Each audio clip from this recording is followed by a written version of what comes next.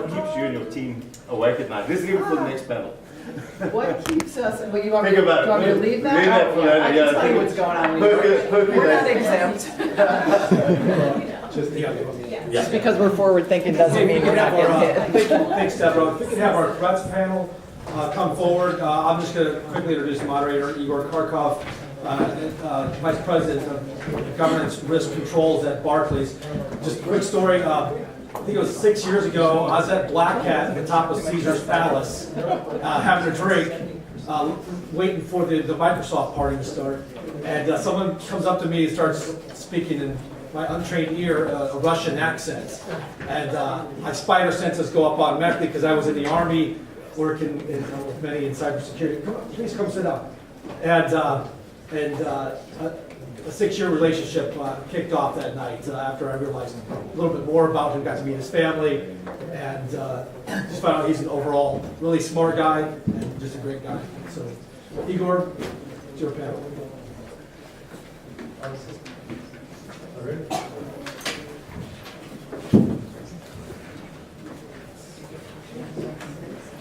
I'm trying to figure it out, actually.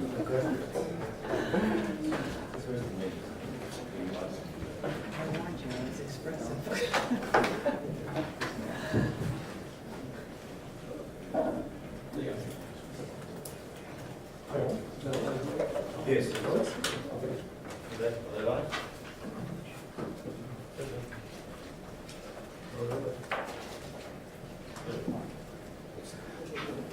Good morning, everybody.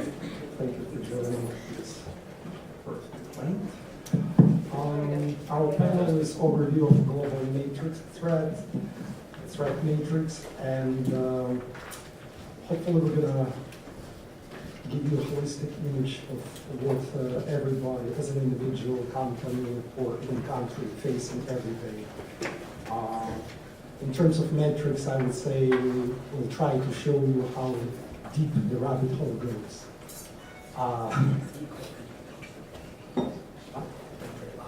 Okay, I'm sorry. So with that, I want to turn to my panel and have them briefly introduce themselves. So we'll just start from Brian. Hey everybody, Brian DeMuth, CEO at Grimm. We do cybersecurity vulnerability research and a number of other things, and spaces and industries from government to automotive to other embedded security, medical, et cetera, financial institutions. Spend a lot of time thinking about the various motivations behind why people are coming after us and coming after different organizations and areas, and how do we actually resolve that. Thank you. Sidney Gottesman with Mastercard, focusing on commercializing our security capabilities.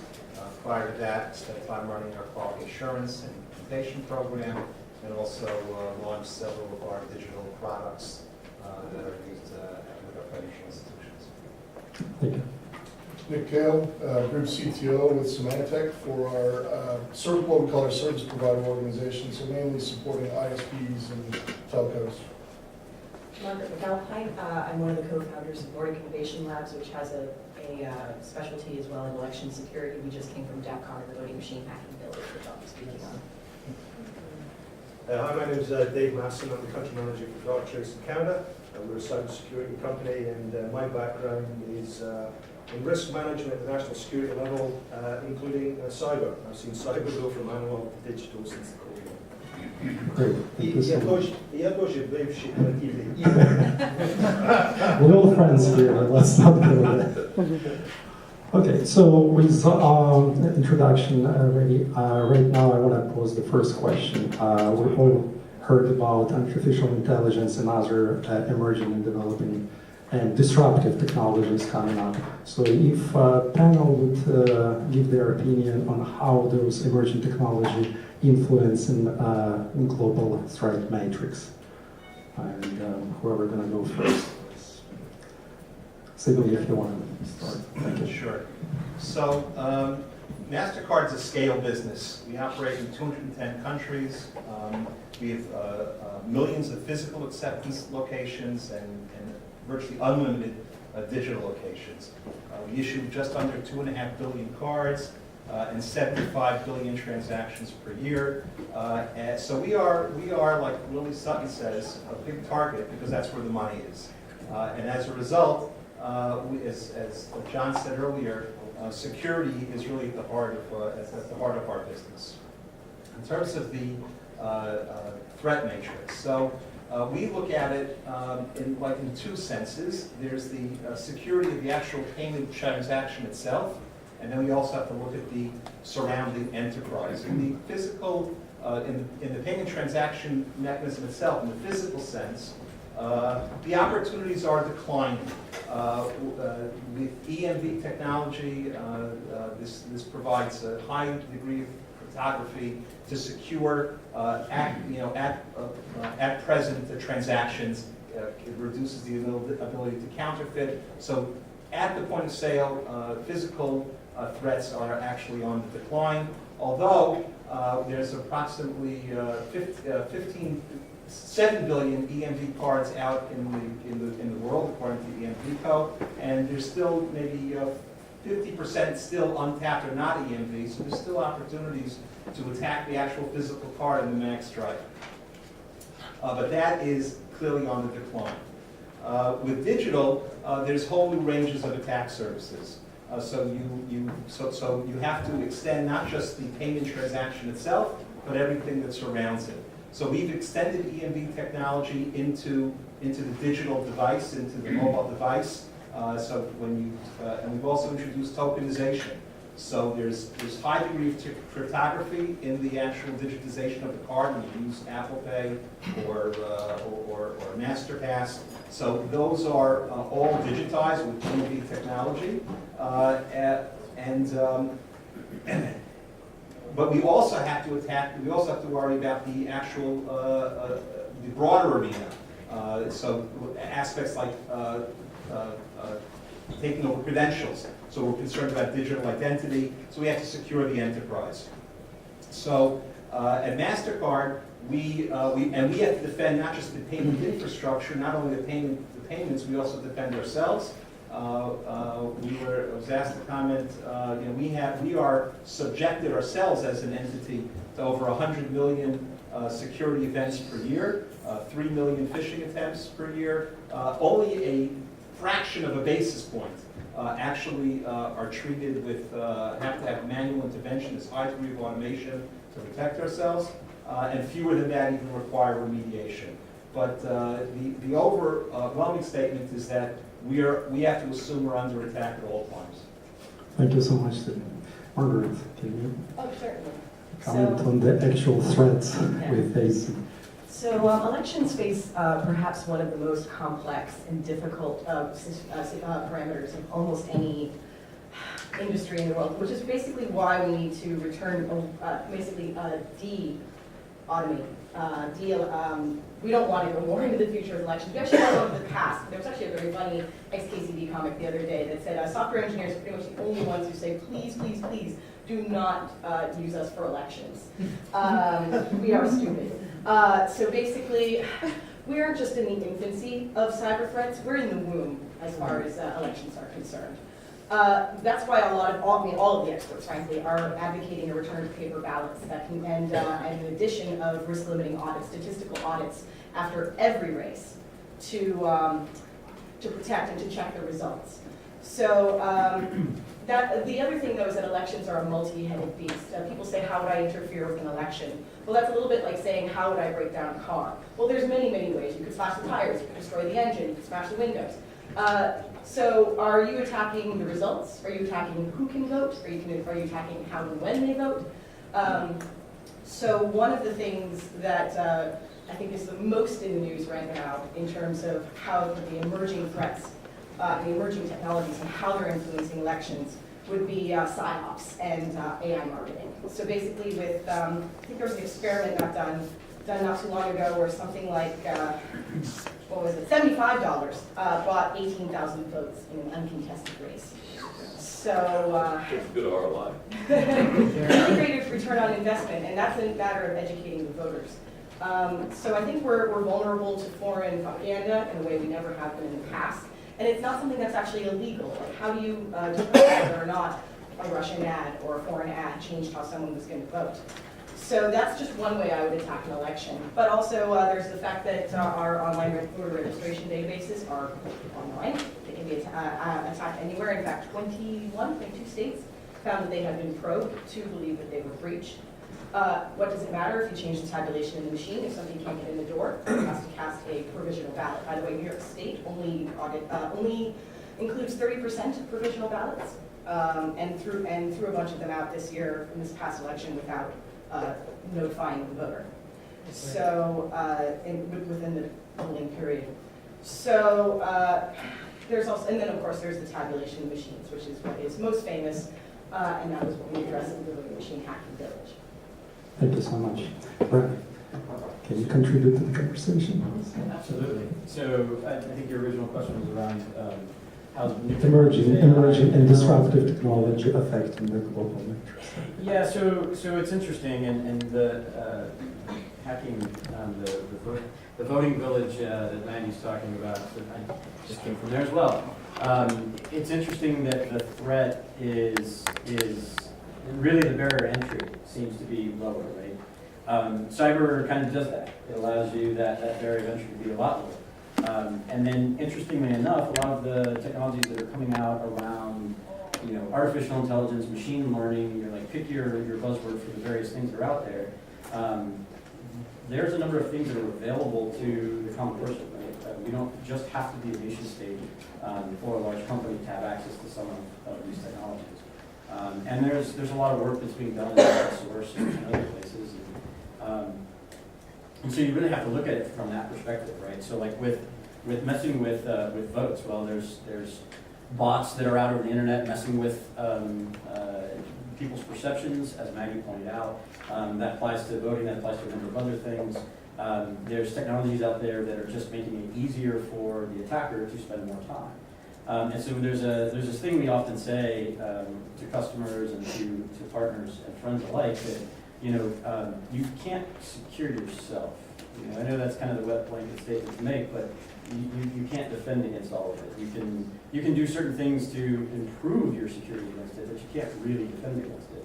And while we talk about all these grand things that are becoming available in terms of defensive products, the reality is that a lot of these grand things are also accessible to the attacker.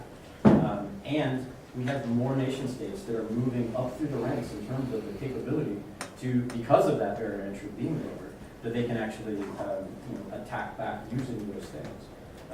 And their motivation, I mean, you have the typical motivation, so just a moment on that. You have crime, right? So people that want to gain some kind of wealth by not really spending the time or investment that it takes to build something of their own. Corporate espionage, very similar, right? Often it's backed by nation states that are looking to improve the livelihoods of their countries.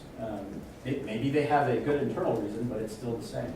And then, of course, military intelligence gathering or similar things like that, where countries are looking for an edge over others. And all of them are employing these types of technologies behind it. And it's kind of hard to actually defend against that. And then, we can certainly go into further drivers below that. When it comes to, you see some of the people that get attacked, they're retailers. I think just this year we've had Best Buy and Delta and Sears and Under Armour and a number of different folks. And when you really start to look into those, especially if you talk to someone who was involved in doing the incident response, there's a lot more than just stealing credit cards. Often there were nation states behind that looking for other information that they might have found in those hacks, and it was covered by the theft of credit cards, which is often because there's a number of nation states around the world where their folks have a different culture in terms of attacking, right? They're fine with the people that they send off capturing the spoils of war and allowing the person who's actually behind them to get the actual data they want. Thank you so much. So basically, sometimes you don't really have to hack the credit card. You can just ask for the PIN code. Thank you. Nick, please. Yeah, sure. I think Deb brought up a good point earlier. I mean, living off the land, what we see a lot is patch management. Still a problem. We should have it right by now, but we don't. Third-party applications, most of them not getting patched, so we're patching the OS a little bit better, but not those third-party apps that we're using on top of it. Mac, about a 24% increase in terms of viruses that we see at Symantec, so we're definitely on a rise on Mac. About 1 in 13 web transactions from your browser are going to a malicious destination. So, if you think about it, a single website might call out to 20 destinations on the back side of it in terms of ads and malware and different things that are being served up in the background. Actually, spam back on the rise because we're getting a lot of the other things kind of hardened and protected. We're seeing a little bit more rise in spam. When I talked about patch management, I did skip over mobile. Mobile, about 54% increase in terms of malware attacks out there. And just when we think about patch management, think about mobile. I know a lot of my friends say, I'm not going to update to this latest version. I don't trust it yet. Google right now, in terms of Android, only about 20% of the Androids that we see out there are running the latest version. So those phones are leaving themselves wide open. Internet of Things, IoT devices, attacks up about 600%. So that's huge. And obviously the prevalence of it, the more there's devices out there, the more the attacks will shift to it. Vulnerabilities reported last year increased about 13%. And also in terms of industrial control systems, up about 29% in vulnerabilities. So a lot of different things that we see. Those are just some highlight stats from our Internet Security Threat Report, but I figured I'd just throw some quick stats out on a few things. Thank you so much. Yeah, getting back to the original piece about AI and the threat landscape, obviously we use AI to combat cyber threat. But that's actually what we see, bringing up some of the Deborah said right at the beginning, scale of the threat, sophistication of the threat, and speed of the threat. That's increasingly actually going to be fueled by AI, making it even more sophisticated and even faster in terms of velocity, to the point where human beings simply can't keep up. Okay, you're going to see a lot more of that. We reckon by 2020, we're going to see very, very clever camouflaged attacks driven by AI, designed thinking attack that actually thinks for itself. What I mean by that is going to land on a network, go quiet, and just sit there and think. One of the easiest ways to discover cyber attacks is because the attack has to command and control back to somewhere. It lands on a network and goes pinged back to an IP address in Ukraine. I'm not thinking of Ukraine. Thank you. And it has to be command and control. These attacks won't do that. Okay, they're driven by AI. They think they're going to land on a network, do their gig, might be there for a year, years, months, or whatever. And the only thing you'll ever know is when they finally do the attack and leave, because it's too fast and nobody will catch up with it. What you're also going to see is AI being used to attack targeting, training data sets. I was talking earlier about the need to share threat intelligence. Well, stand by for the threat intelligence to get hacked, to make it false and not work. But using AI to attack training data sets to then disguise the malicious nature of the malware to ensure that the classifier will actually say it's benign. And we've seen that happen already. So stand by for AI just making things worse. Thank you. Thank you so much. Continuing with our question line, can you describe your typical attacker? In other words, do you have enough intelligence to identify your attack attribution problem? Do you know what they're after? How fast you discover them? Especially with the latest European legislation when a company has to disclose breach within 72 hours. What if you couldn't find that breach for a year or so? So will it be compliant? So whoever want to take first, let's go. I'll kick off that. We had an interesting. Can I just confirm this is Chatham House rules? Chatham House rules. Absolutely. Yeah? Okay, cool. Non-attribution. About 2 months. End of May, one of the two of the big 6 banks here in Canada announced for the first time in Canadian history they'd been hacked.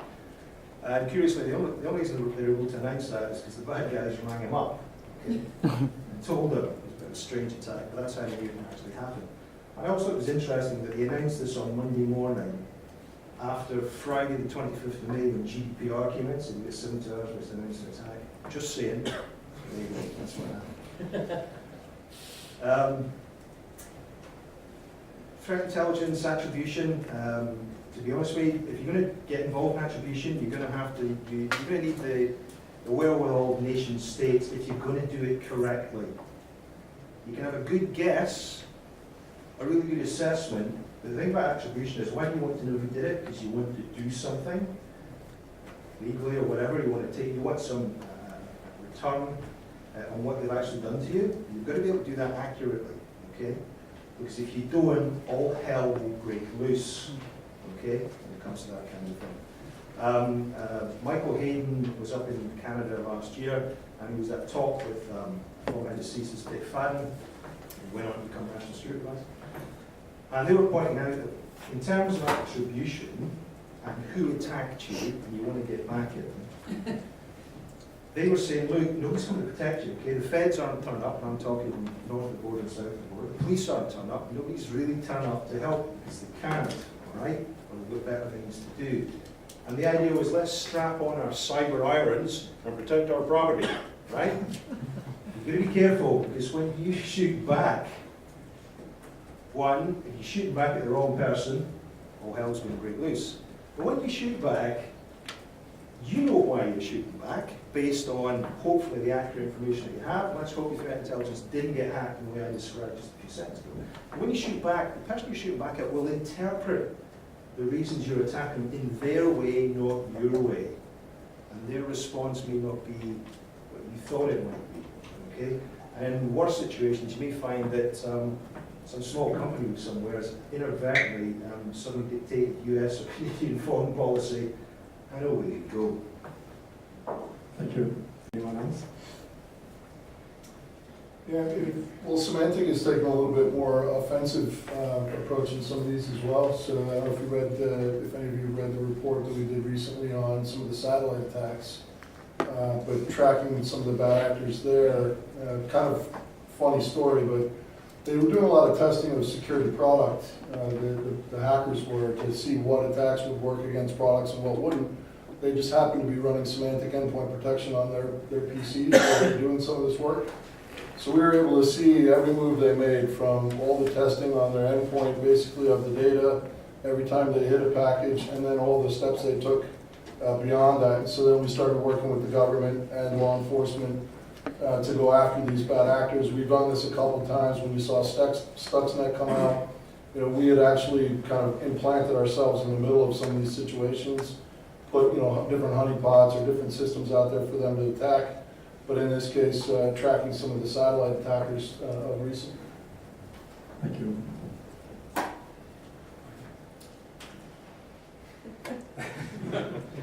You can pass. You can pass. Okay. So again, I'm happy to speak on that. So I wanted to go back to Dave's point. There was an interesting question that came up at the Voting Village speaker track, which was, when does interfering with an election constitute an act of war?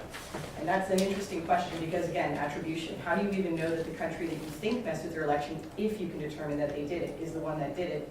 And is it just trying to get you to attack that country? So in 2016, the FBI put out a statement which still chills me to the bone, which they said, we have done nothing substantial to protect our elections, period. And we have done nothing to dissuade any attacker from not trying harder next time. They also put out a statement in January 2018 that even the most security-conscious organizations usually have a 304-day period before a breach is detected. So when people said, was the election hacked? I say, well, we haven't really even looked yet.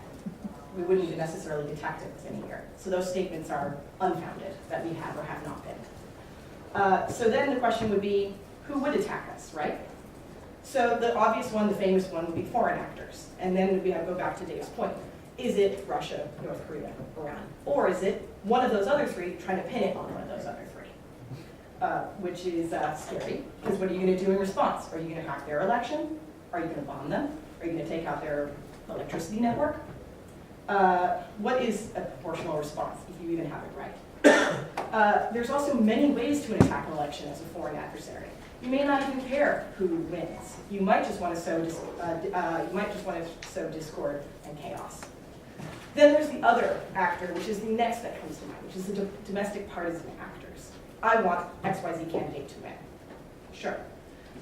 This is one thing that also annoyed me at the voting village, was a lot of people said, well, a voter won't have that much access to the voting machine. Well, why are you assuming it's a voter, for one thing? Why wouldn't it be a poll worker? By the way, a lot of voting machines are stored overnight, unguarded in high schools before elections happen. Some of them are stored at the houses of poll workers by law. It's called sleepover. So why are you assuming that it has to be done by a voter at the polling place? But even so, the reason is you buy these hardware machines, you take it home, and by the way, the voting village was only doing in 2.5 days with amateurs what countries are doing with hundreds of machines and hundreds of experts year-round. They're going to take the machine, take it home, work on it all year, every day, with hundreds of experts. And we still found a frightening number of vulnerabilities. So there was one vote, there was one hack that was done in 2 minutes by a new person at our voting machine. The video has something like over 1.6 million views now. I guess she was a bit of a celebrity. We didn't know that at the time. So why are you assuming that they're not an insider? Then, this is the one I don't see talked about, which is criminals, international and domestic. When somebody wins, or even when the election results are simply delayed by a few hours, the markets react in extremely predictable ways. Why wouldn't I simply delay your results in some way, or change your results, or hack the Secretary of State's website, which is what children did in under 10 minutes at one of our voting village, to say, this candidate won. Oh wait, sorry, we gotta reissue that, that other candidate won. Well, now I suddenly don't trust my election anymore, and changing the election on a website, on the official results, is child's play, literally, what we demonstrated. And there's, of course, and this is at least talked about, it hasn't really been demonstrated yet, hacktivists and ideological interests. So, yeah, the global threats are significant, attribution is difficult, and the possible people, we're the most powerful democracy in the world. Why wouldn't we be always under attack? Why wouldn't we assume the most sophisticated attacks? In fact, all democracies are under attack. Thank you so much, Margaret. Brad. So I had one comment, but now I have one more. So the new one is, I love the enthusiasm Maggie has, and her significant other has similar enthusiasm, so it's great to hear that. And obviously, yeah, like paper ballots, please. So yeah, I think that going back to what you were asking, Saul, I think the bottom line is related to the reporting and who's actually coming after what to do about it. I mean, I think it's in most cases unrealistic to actually say who it was and what actually happened within the timeframes that are trying to be put on companies. I think it's great that those, be clear that those timeframes are being put there because it's forcing the issue. But I think most of the time when you actually go to disclose, it has to be conditional that, hey, we sort of think it's these people, but it may not be. And that's some of the problems we've seen in a couple of places where people disclosed it wasn't required at the time, but within this time frame. And it ended up not being the people they claimed it was, and that's dangerous in and of itself. So I think that's I don't have an answer for it, but that's a major challenge in what you're asking. What about just profiling? In other words, understanding profile of your enemy. So not so much attributing it to a particular one, but just understanding what they're after, what methods they utilize, and so pure from the profiling point of view. So going back to what I was saying earlier, I think this is a good one here, and I'd be interested in a couple of their comments on this. But when you look at some of the retailers that have been broken into, and what we hear in the media, what we hear in the initial reports, and often people don't go back and review the reports later because the media is over. But what you hear about initially is they were after credit cards. They were all after, it was all crime based, right? We wanted to steal money so that we could get benefit, take over the world. And when you go back and look at that further, and as those investigations go on, it's often about other things. Some of the retailers in the last couple of years, media said it was all about, and I'm not picking on the media specifically, it's just, it's what came out. It was all about the money, right? It was all about the credit cards, it was all about theft, it was all about stealing things. But if you think about some of these specific retailers, they have rewards programs that keep quite a bit of information on the people that shop there, right? So if any of you shop at like Target or Sears or Walmart or wherever, and use the discount cards, right?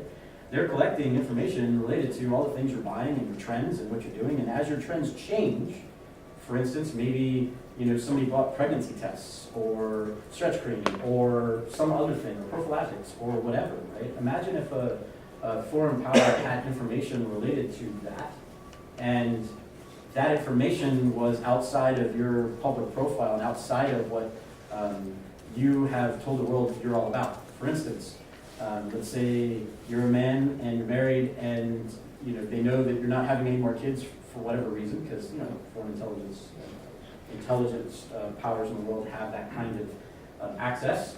And then suddenly you're off buying things that go against what they know of you, right? Suddenly blackmail becomes possible, a number of things become possible. And so a number of these retail hacks and other things that you've seen in the past weren't actually about the cybercrime. It went back to the reason that you heard about the cybercrime is there was cybercrime, right? They stole credit cards, but often it's either smokescreen or it's the spoils of war. The U.S. doesn't really condone using cyber criminals to attack other countries. However, other countries do support that. And if you think about it from that perspective, then you start to understand that, wait a minute, there's a lot more to these things. Absolutely. Well, I guess I'd be grateful to say that they're not after the credit cards. Well, they take that too. Spoils of war, they're going to keep that. Look, I think there are, our concern is about, certainly mostly about cybercrime, but certainly about, in the commercial sense, and the trustworthiness of the entire payment system, not just the actual payment, but all the information around it. Loyalty, as you mentioned, as Brian mentioned. Mastercard itself, on an anonymized basis, captures and monetizes payment information. So there is certainly all of that needs to be protected, which we're concerned about. We're also obviously concerned about security of our executives and susceptibility to blackmail, and we have programs around that. But if I had to summarize it, it's important to try to identify the threat actors, but it's as important to just be working the basics yourself and doing what you can to protect at all costs. And just to give you some elements of some aspects of our program that to try to defend against the persistent attacks that are out there, we've converged our physical and digital programs, created a consolidated fusion center. That's a leading step in the industry to and we borrowed from the military to converge physical and digital. We've established a robust intelligence program using threat intelligence providers, industry providers, as well as bilateral agreements with other entities that were in our industry. We're doing a lot of work just to advance security conscious culture inside of Mastercard, not just its behaviors at the company, but actually to extend it to our employees. This is how you should behave at home, because we figure if you're able to behave that way at home, you'll carry that way to work. We're certainly working on the basics, patching, as Nick mentioned. We've got an aggressive patching program. We have all the devices that we internally maintain that are out in the industry. We also are working to improve skills. That was mentioned by Deborah in terms of skills. We actually are sponsoring what we call Cyber Range to kind of have attack teams, and we actually bring in some of our stakeholders and conduct a simulated mutual game. And we take pride, when winner takes, and there's bragging rights. And we're also concerned about securing the industry. Our CEO served on the last administration's Commission on Cybersecurity.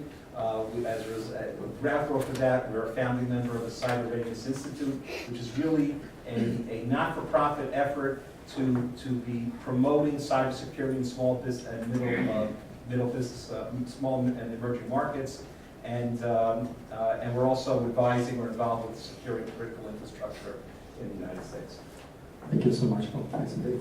Okay, go ahead. Getting back to your original point about profiling who's doing it, I'm going to try and stir up a little bit here. If you're going to profile who's doing it or what they're going to do, okay, what I'm going to say is you're going to be doing, based on past experience, try and predefine what bad's going to be, okay? Well, it's a good thing to do. I'm going to tell you now it's not enough. Because what the bad guy's going to do is something they've never done before, okay? Or it's going to be somebody who's never done it before.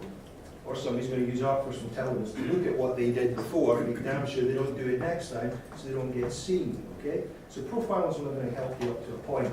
That's why an attribution is a good thing to do, but you need to get it correct, okay? I would say really what you want to concentrate on is, yeah, I've been attacked, well, let's come up with some way to deal with it as soon as possible and getting over it as soon as possible. Rather than spend a lot of your time and effort trying to guess what's going to happen in the future. Or try and know all the bad stuff that's ever existed, right up to right now, that in 14 seconds, some disaffected youth in a sub-basement in Tel Aviv is going to come up with a different code that nobody's seen before, and it's going to cause a big firewall and you're going to get attacked, okay? So profiling, yeah, up to a point, but it's not going to be enough. Hasn't been enough, it will never be enough. To that topic, basically, in your opinion, how effective red teaming, pen testing, and other things run by the company themselves are? Layer defense, folks, it's all good. Okay, you've got to have all that stuff. You've got to test your systems, absolutely. Don't forget train your staff. Although let's be honest, folks, no matter how much you train your staff, there will always be that cohort who are going to click on the link. It's just going to happen, all right? Any cyber threat, malicious in cyber, people make mistakes, good old-fashioned stupid. So it's still going to happen. No, layer defense, we do all those things. Great, thank you. So I guess we can open it for questions. Okay, go ahead. Hi, Kevin Butler, University of Florida. So the discussion about voting is extremely interesting. Thanks for bringing it up. And the voting village at DEFCON is a really great resource. I was part of the team that, on behalf of the Secretary of State in Ohio in 2008, examined voting machines, ES&S hardware. The Everest report. The Everest Oh, report. cool. I was an author on the Everest report. Yeah, and part of the takeaways were, it changed the way that electoral process was done in Ohio. They actually got rid of the DREs and went to optical scan systems and then went to centralized things. So, in a way, it's great to hear that there's so much interest in voting machines. But in another way, and especially for those of you who are sort of less familiar with the voting community, that report was written 10 years ago. None of those machines have been patched. Yes, exactly. and when we had rediscovered vulnerabilities that previous reports had done 4 years before we had done our reports had been done. So it's not as though the election the manufacturers don't know that this is a problem. We gave them a 600-page report. Their redacted version is available on the Ohio Secretary of State's website. But we told them, here's the function that we found. Here's the line of code where we found these vulnerabilities. Here's exactly what you need to do to fix these problems. So the fact that these are trivially broken still in 2018 speaks to something. So there's a question then, and I guess this also gets to this notion of having the vendors do their own testing, et cetera. Yeah, will they? What are the mechanisms that we need to be putting on? What are the types of pressure that we need to be putting on manufacturers? It goes beyond voting. IoT is the same. We know how to do IoT security.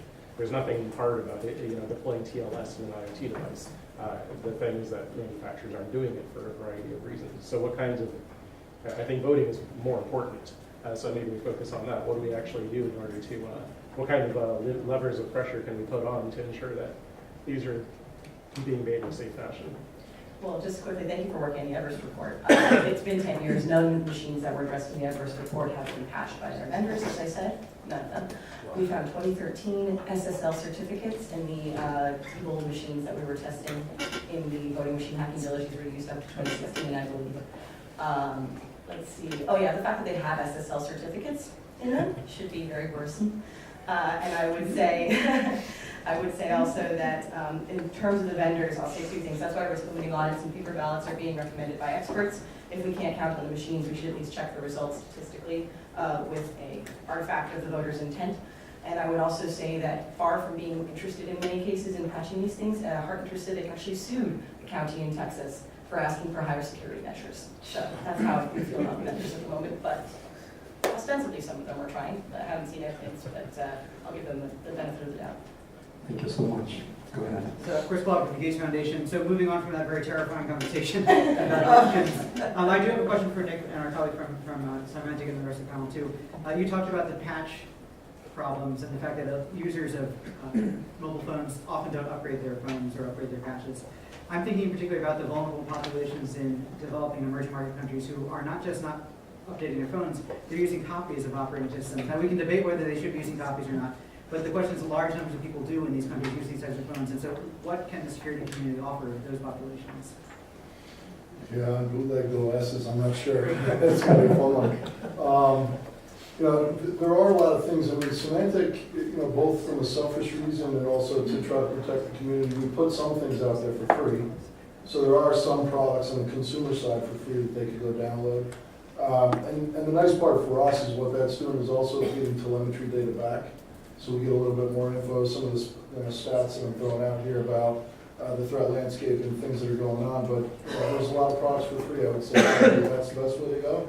It's better than nothing. If they have nothing today, right, they've got to put something on there. And if they're going to be able to update those OSs, if they're copies or whatever, that'll be interesting. I'm not sure how to handle that, but what we're seeing also, and it kind of divert off what I was going to throw in earlier. I mean, we're checking all these things. The other part is supply chain. Of all these other aspects, we're red teaming, we're testing ourselves, we're doing all the things, but we get software from another vendor that we don't test, we trust it, and their supply chain behind it may have had something injected in the code. i.e. C Cleaner and all the other nice tools out there that we go download, and they've got some malware in them. Hi. First off, thank you for a really great panel discussion. It was really enjoyable. I asked this question, I don't know a lot about the topic, but hopefully maybe some of you do and can inform me on it. Although be it theoretical, there's a movement that believes quantum computing will become real in the next 3 to 5 years. I've heard some people go so far as say it will render most forms of encryption potentially useless. So that's a question on two fronts. One is that a true statement? Are you starting to future-proof for that? And two, is quantum computing something that can be used against the bad guys? Or by bad guys. By bad guys. By bad. Almost certainly, yeah. Why wouldn't they? We're in a cyber arms race, okay? Right now, bad guys are probably ahead, purely because when they do an attack, they decide when they're going to do it, how they're going to do it, why they're going to do it, what they're going to do. We have to sit and wait and react to it, so we're always kind of behind them. And then we try and catch up, and we get ahead and we try and catch up. And quantum, I guess maybe it's a bit like in 1945. Who was going to get to the bomb first? Was it going to be the West, or was it going to be the Nazis? Okay. Luckily for everybody, the great thing about World War II is we got to it before Hitler did. Okay.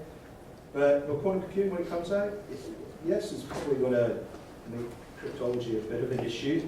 I'm ex-government, so I'm just going to say a bit of an issue. All right. But it will. All right. And it will drive the bad guys, but at the same time, it will drive the good guys. It's always going to be, who's going to be ahead of them. Eric K. from Quantum Change, I like you talking about that. Exact topic. Thank you. That's right.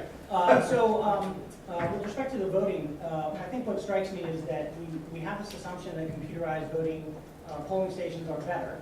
Right, and they bought these wind booths we have in Arlington, Virginia. They had these things, and they were a nightmare. People couldn't use them. They would tap, and they would tap, and they'd get smudgy. So they replaced them all, partly because a lot of us in the IT cybersecurity community went and complained to the county board and said, no paper trail, no vote. Right? It's pretty simple. So they replaced them with optical scanners. You fill out a paper ballot. Everybody can do that. It turns out, no matter what your age, you can see that with it. Even if you need assistance to read it, you can see it, you can fill it out. And you scan it, and you would be surprised that even though the lines at the last 2 elections when they've introduced these things have been much, much longer, they've moved at a breakneck pace because you need 2 optical scanners to support 20 stations where people can fill out the ballot. So you don't just, people go for these electronic solutions because they think it's going to be faster and easier. It's not necessarily the case, and sometimes a hybrid solution is a good one. So it's something that people ought to be considering. If you, in your polling stations, if they're using these old WinVote machines, you should slap them around and tell them it's cheaper, faster, easier with audit to use these other solutions. So that's my one. And on the side of attribution and attacking back, in a former career, I can say that one of the challenges with attacking back with cyber is that it's not like shooting a bomb or a gun or anything like that, because when you attack with cyber, you almost inevitably leave the weapon in the enemy's hands. So if you think you're just going to go send some piece of malware over to Russia, China, Israel, wherever, and you're going to attack, guess what? They now have that weapon, and they can use it against all the people that you haven't told that that weapon is useful against, which is probably everybody in your country, because you don't tell those people. So people, you can't just attack back. It has so many repercussions, so I'll see that as a... Well, I will just say about the WinVote, please, it's been decommissioned, but please get rid of the WinVote. It's running on unpatched XP, pirated. We managed to get that thing sing. It was hacked from across the room in 5 minutes. So, yeah, but it was decommissioned in 2016. Any more questions? So I'm just curious on the profile piece. it's not so much the actual profiles, because I'm sure that changes based on the intents are changing and becoming more complex. But percentage-wise, where are people, like, it's more of a time, based on the potential cyber, what percentage is being spent doing this, what percentage is focused on going after wealth, potential blackmail, what percentage is going after sort of government, or data to profile. Do we have any sense of where the time is being spent, not so much the dollar? As biggest footprint maybe of particular attack or going after particular. Do you mean from like from international perspective or like focused Yeah, on all of it, specific because company? I think the infiltration piece is huge, and so I think, even corporation to corporation pieces, I know you all have been working on this for years, but I think some levels you're not getting the support you need either. So then the question is, well, where is the time spent? And it must be spent because these conditions are where we are today. Tactically on sort of informing the public community, informing I would say the attorney generals is the group I think we have to go after, so that they are using the right resources to do the assessments for what they need to do tactically. I guess question about prioritizing certain threats. Yeah, how do we help? Okay. You can sit in your isolated rooms and talk about this stuff, and you know it well, but on average, nobody else knows. So then the question Probably is, it depends on the industry you're in, so I don't know if anybody comment on that. I don't know if it's Quickly. relevant. We certainly engage with industry.